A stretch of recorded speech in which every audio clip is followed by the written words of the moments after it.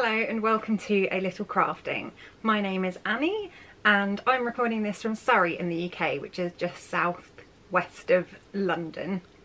This is my bi-weekly podcast, although I have had a bit of a break recently, where I talk about all of the things that I've been making, mostly knitting but also weaving, sewing, and more recently I've been doing some yarn dyeing. You can find me on Instagram as a_little_crafting or on Ravelry as Ankiwoo.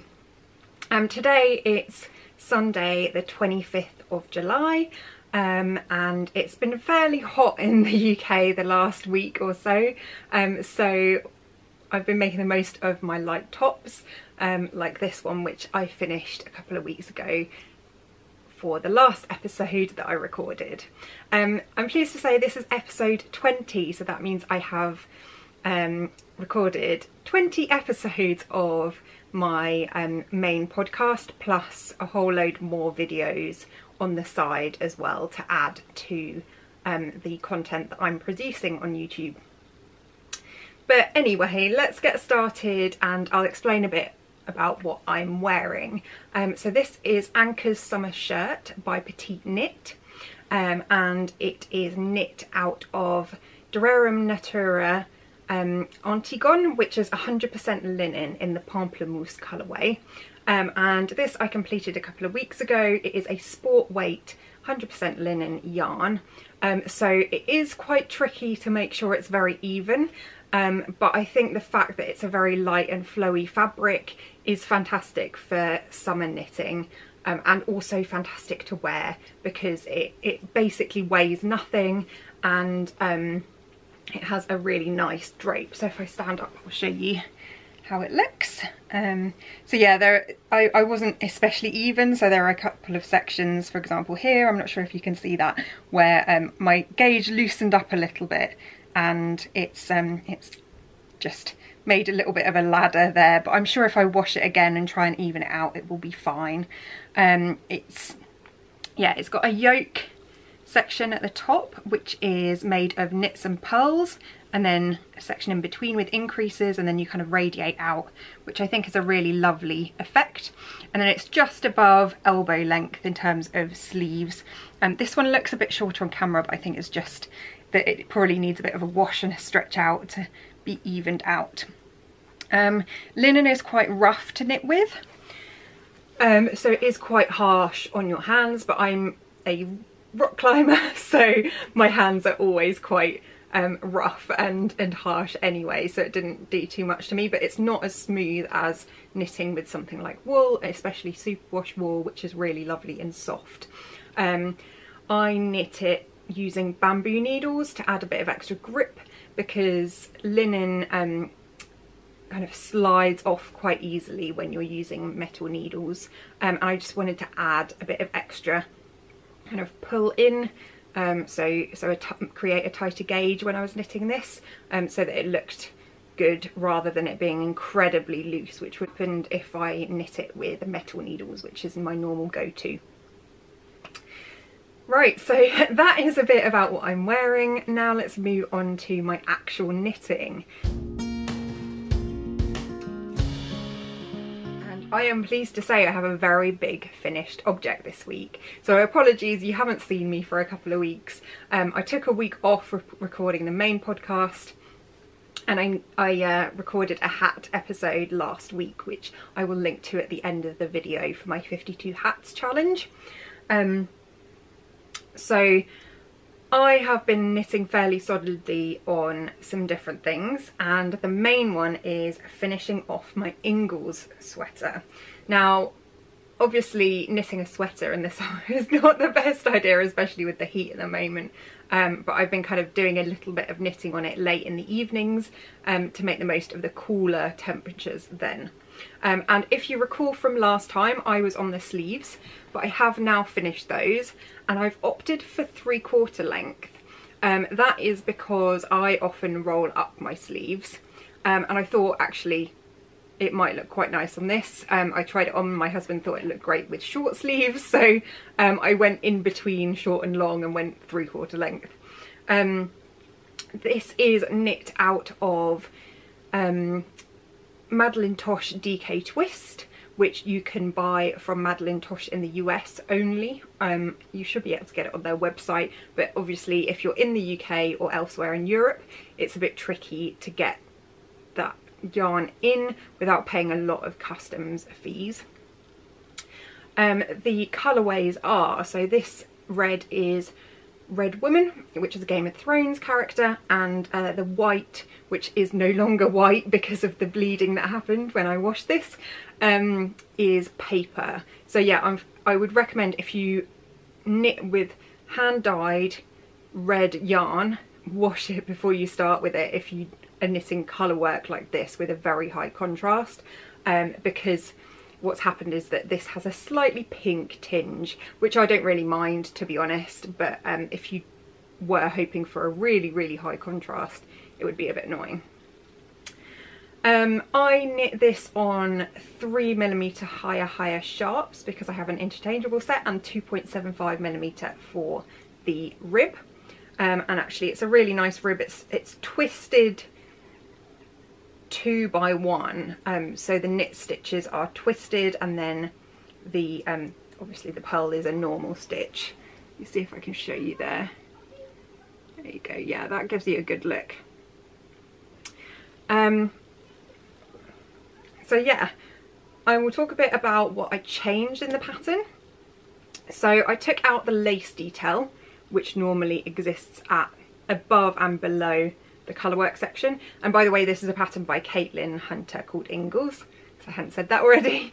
So there's normally a bit of lace detail above and below the colourwork section. I don't really like that. I think that means that I have to wear something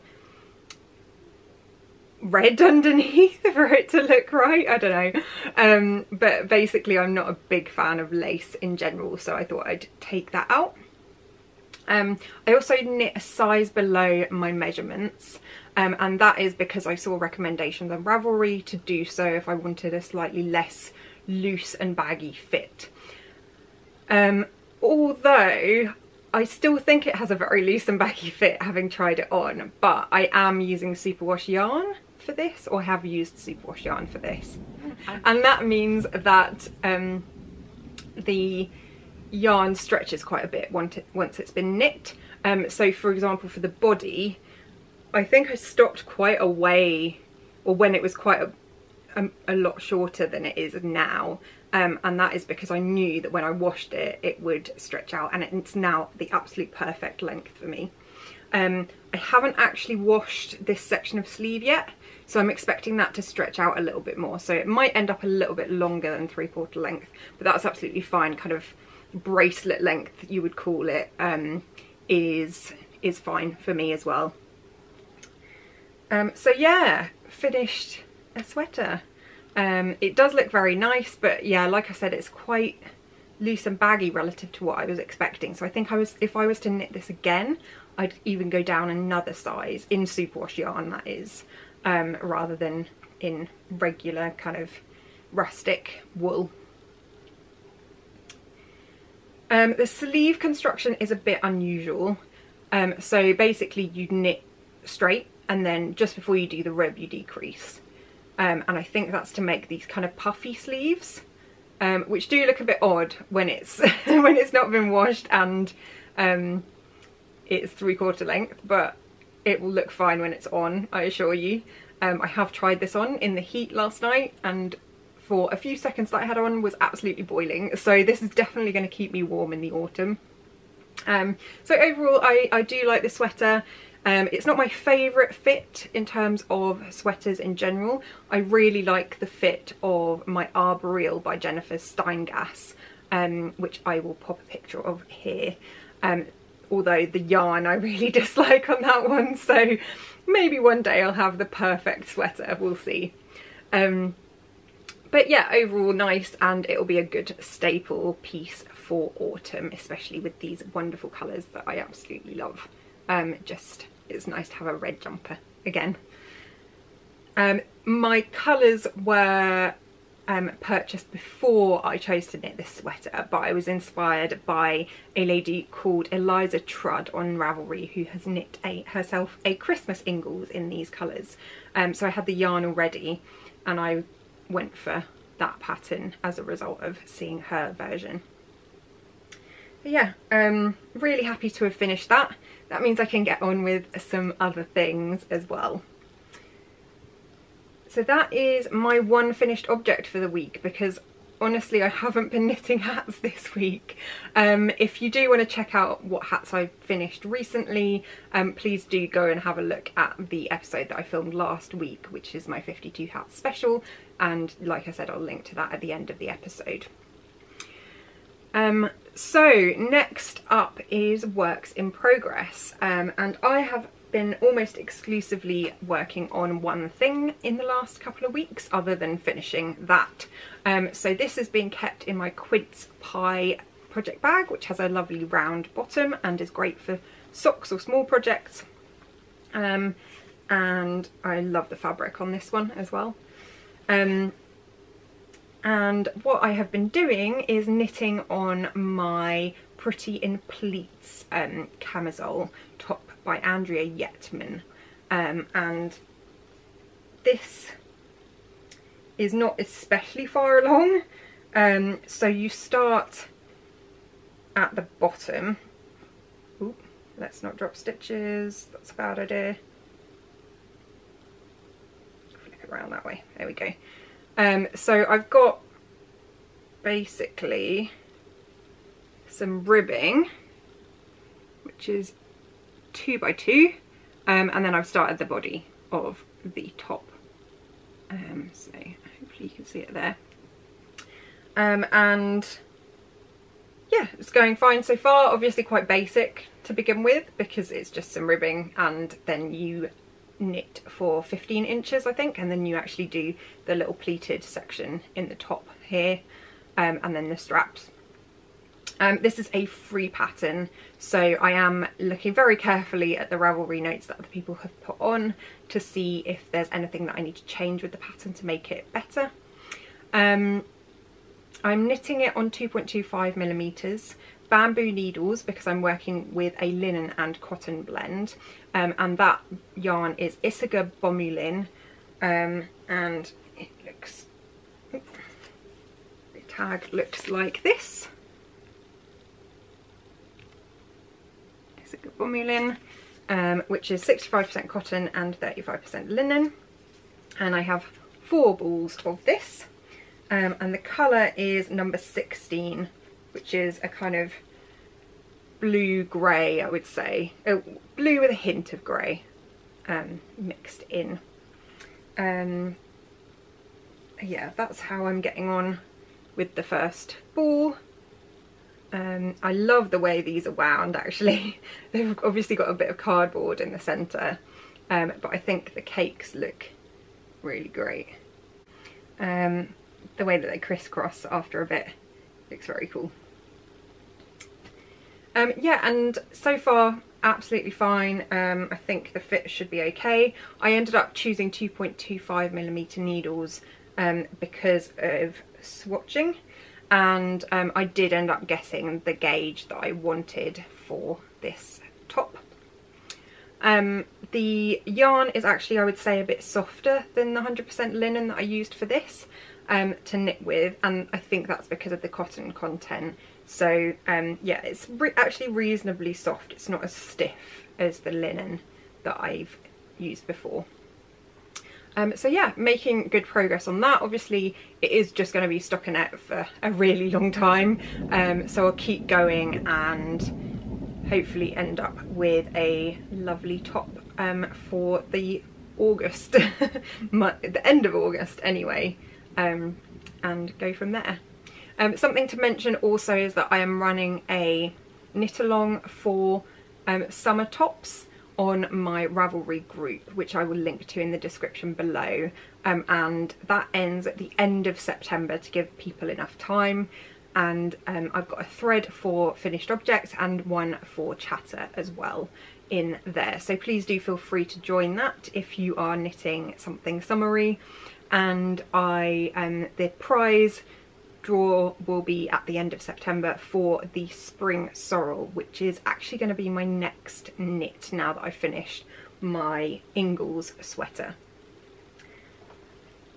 So I'll talk a little bit about that because I've already put the yarn in the bag, the project bag. And so I really like the Spring Sorrel as a pattern. I have a jumper that is a very fluffy alpaca jumper, store-bought, that has a very similar detail to the sorrel and the Spring Sorrel. And I really love the effect that that has. I know the Spring Sorrel isn't traditionally a gradient or a fade, so I'm not really doing what I should be doing for the Spring Sorrel, but I am going to fade it because I really like the effect in this sorrel sweater. So I do also own the sorrel sweater pattern, and I'm going to use that as a bit of a guide for the Spring Sorrel. So I have 4 colours. I have this lovely green, or greeny turquoise, which is a Rivernets Salisbury's in BFLDK. Got Stranded Dye Works in Industrial Kingfisher, also Castaway DK. So I think those blend really nicely. Then I've got a grey, which is Silbermond, also by Rivernets in BFLDK. And then lastly, I've got some paper, which I use for my sorrel sweater, from Madeline Tosh in DK Twist. And I do actually have some leftovers from the Ingles, so I'd probably be using that instead of this, as I already have a cake wound for it. So I'm not sure which way round I'm going to go. I'm thinking I'm going to go that way, so have the turquoise as the starting colour and go down to the white. I feel like white is maybe a bit much to start with. So yeah, I think I'll go that way around in terms of the fade. But I'll have a think about it. So yeah, that's up next. I haven't done any swatching yet. I haven't measured myself for it yet. So I'm hoping to do that ASAP. And this is going to live in the same bag as my Ingles, which is my Antler and Acorn project bag that my husband bought me for Christmas. And I'll link to the Etsy shop. It is a lovely jungle fabric with my little lion on the front there. The other thing that I'm going to be casting on soon is part of my 52 hats challenge, and that is the Atalana hat by Christiane Burkhard. And I'm going to be using some leftovers of the red from my Ingles sweater to knit a hat in that pattern. This is a paid for pattern. I think it was about £3.50 or $4.50 for it, but I think it's a really lovely hat pattern with lots of twisted stitches and then some detail where the twisted stitches kind of go off in twisted rib all the way up the hat. But it'll be an interesting one, and I think it'll look really lovely in hand-dyed yarn. And that's everything in terms of knitting that I wanted to talk about. So next up is the yarn dyeing that I've been doing. Now on Friday it was still incredibly hot, but I did decide I wanted to do some yarn dyeing because I needed to use up some of the dye stock that I'd made before, because it had been a couple of months probably since I put it together, and it does not last all that long and stay the same colour. So I opted to do some yarn dyeing and try out some different things again. So I wanted to try something similar to what I did for this skein here, where I did 4 different colours and kind of merged them together with the dye stock in the dye bath. But I wanted to do it with similar colours, or more similar colours. So I did it with blues and greens, and I will just explain the dyes that I used. So I used Jacquard Acid Dyes Turquoise, Jacquard Acid Dyes Cobalt Blue is the next one along. Actually, you can probably see it better just up here. Spring Green, which is my own recipe as a bit of green. And then finally what you can see here and on the end as well with the white is Jacquard Acid-Dyes Teal that I'd mixed together. And I'm hoping this will look really lovely knit up in the same way as my other one did. But I really love this colour combo as well, so I'd like to use this again. I'm not sure how well I did the white section. I kind of wanted something on the end that was more neutral, and the teal kind of bled into it, of course. So we'll see how it goes. I'll probably do a swatch of this one. The second one I tried was a couple of mixes that I'd made, and that's this one here, which I am going to call Tequila Sunrise, just because it reminds me of the grenadine and the orange juice together. So the colours I used on this one were my Not Burnt Orange, which is in the centre, as you can see, Not Burnt Orange, my burgundy that I've mixed up and used before, and the Jacquard Acid-Dyes Salmon at the bottom. So that's this kind of salmony colour here. The Not Burnt Orange doesn't show up that much. I think it's more in this top section here, but it's blended quite a bit with the salmon. But yeah, I really like this colour combo as a thing. I know it's probably not a traditional colour mix, you know, burgundy and orange, but I do really like the effect. I've got a couple of bits of jewellery that are burgundy and coral, so I think it looks really nice together. But yeah. And then other things I did, so I did dye a mini skein using the cobalt blue from Jacquard, and I love this colour. Look how vibrant and bright blue it is, it's amazing. So I'm really happy with how that turned out. It's probably overdoing it a bit on the camera, so it looks much better at a distance. And I really want to just dye some yarn that is this colour, this solid, strong cobalt blue. I've got a dress in this colour that I absolutely love. So yeah, this was interesting to give a go. And then I did a lighter version, which is still using the cobalt blue but not as much dye, on a full skein, and it gives this kind of lovely cornflower blue colour, which is also very, very pretty.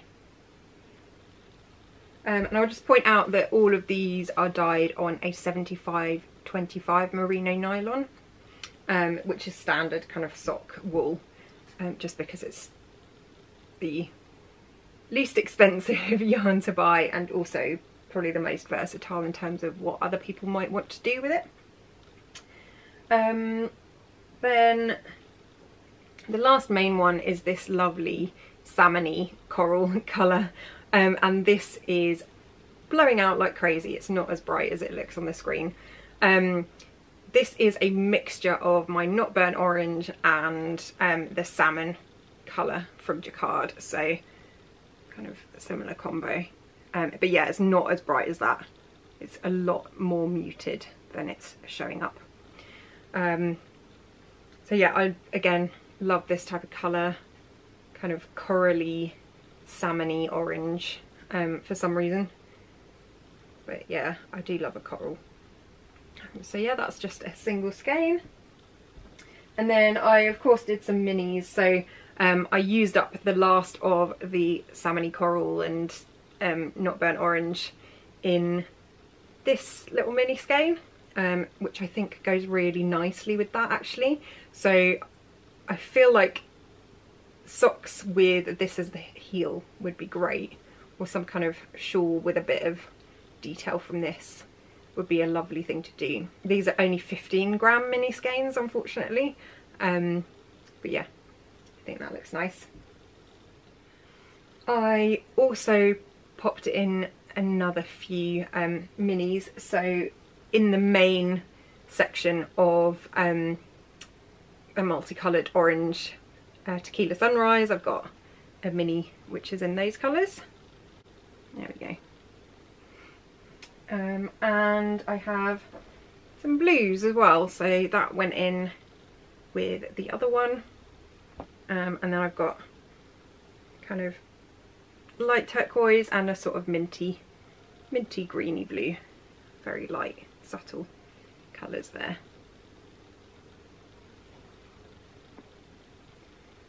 So that's what I ended up with the other day. I've got 2 skeins of each of the really multicoloured ones, so I'm going to try and do a swatch and knit something up just to show how it knits, because I'm always really curious with those kind of multicoloured yarns, to see what's actually happening when you knit with them. So that is all the yarn dyeing that I've been doing. I'll probably do some more in a couple of weeks when I have a bit of inspiration again to dye some yarn.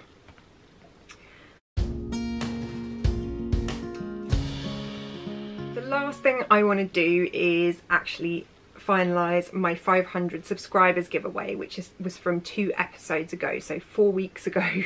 I think I put that up. More than that. 6 weeks ago.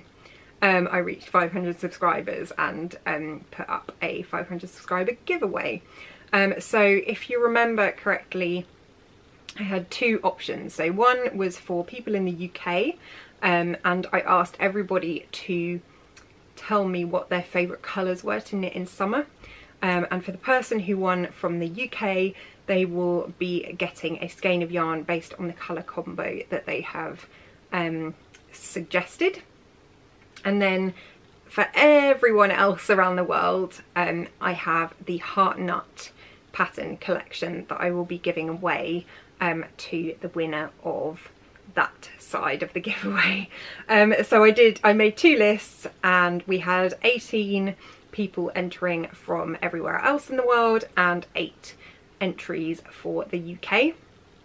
So the winner for the UK was Louise, who said, "Love that fabric, it's got so many lovely colours on it, can't wait to see the bag that you make with it. Congratulations on 100 subscribers, well deserved.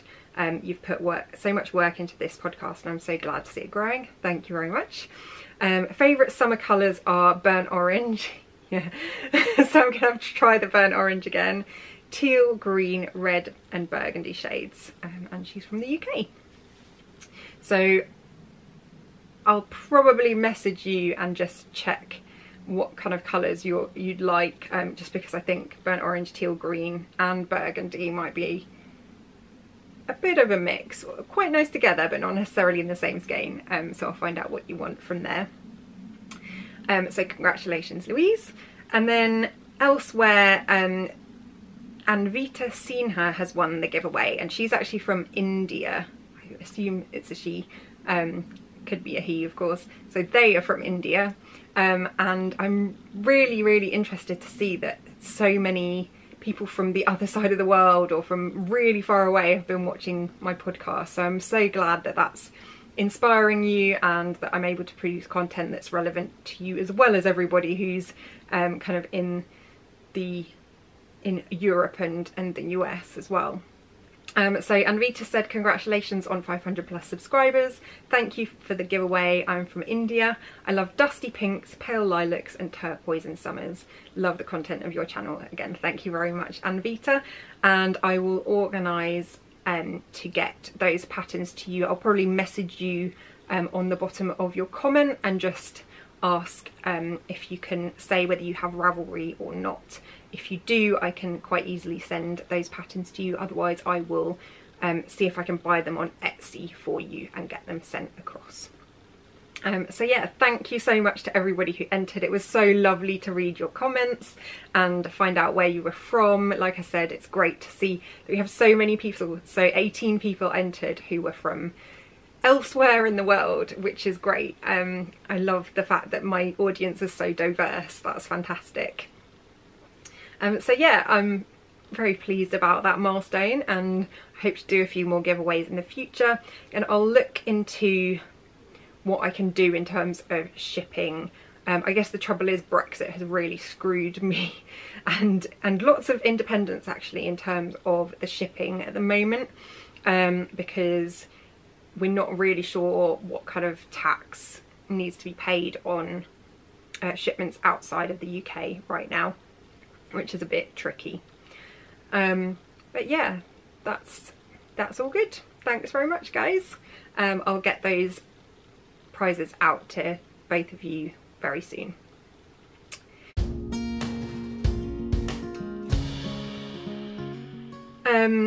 So lastly, just to talk a bit about what I'm doing in my life normally.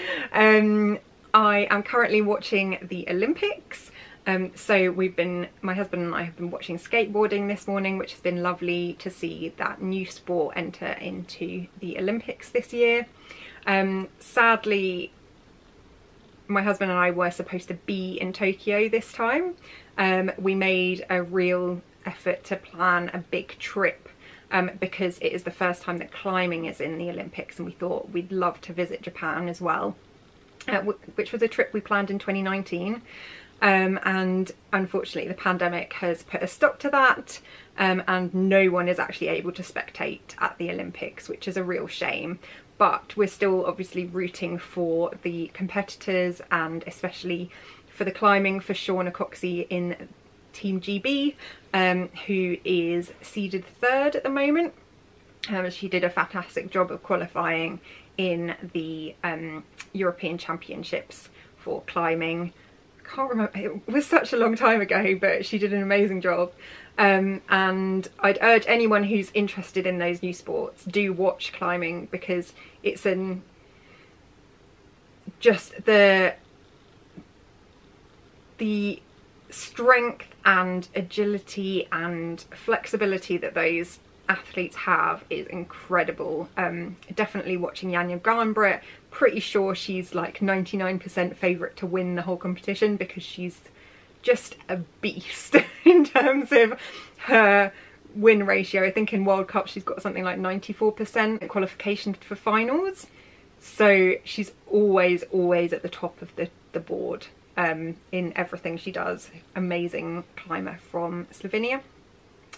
And yeah, very excited to be jumping up and down and screaming whilst watching the women's climbing next week. I think week after next, first week of August it is. But the skateboarding is on at the moment, and it's really interesting to watch as well, because I mean I've not got any experience with skateboarding.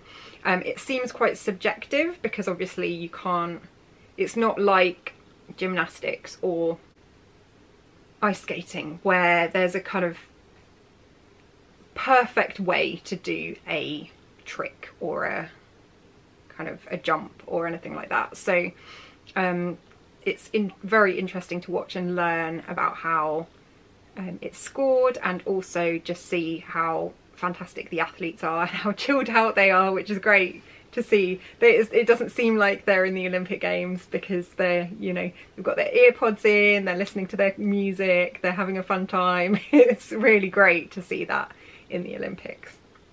And the third new one is surfing, and we watched a fantastic documentary on it on YouTube, which I'd urge you to watch, on the 3 new disciplines that are in the Olympics this year. And it's just fantastic to see that they all made it in, and that people will actually get Olympic medals for those sports now, especially appealing to more of the younger audience as well, with things like skateboarding, climbing and surfing. So yeah, really happy to be watching that. We've got a week off for the week that we would have been at the climbing competitions, which we had tickets for. Also had tickets for the skateboarding park, which for women's, which is where Sky Brown will be competing, who is our favourite to win for Team GB as well. So I really hope that those athletes have a wonderful time and just make the most of it and feel so proud for being in the Olympics this year. So yeah, do watch those sports if you get an opportunity. They are at weird times, so, you know, it being Tokyo for Europe, it's a bit tricky, but we're watching catch up all the time at the moment, just having it on in the background, which is lovely. Cool. And so great that they have added an extra line to their motto, which is together, which is a really lovely thing, considering the world has been dealing with this pandemic, and it's better to beat it together. So yeah, that is all I wanted to talk about. Sorry, a bit of a waffle at the end, but I hope you've enjoyed my enthusiasm for new Olympic sports, and I'm going to be so happy to see the climbing this year. It'll be great. Hey, thanks very much for watching, and please do like and subscribe if you can, as that improves my visibility, and I hope that you enjoy the content I'm producing. Let me know if you have any comments or questions or suggestions in the comments below the episode as well. Thanks very much for watching. Bye.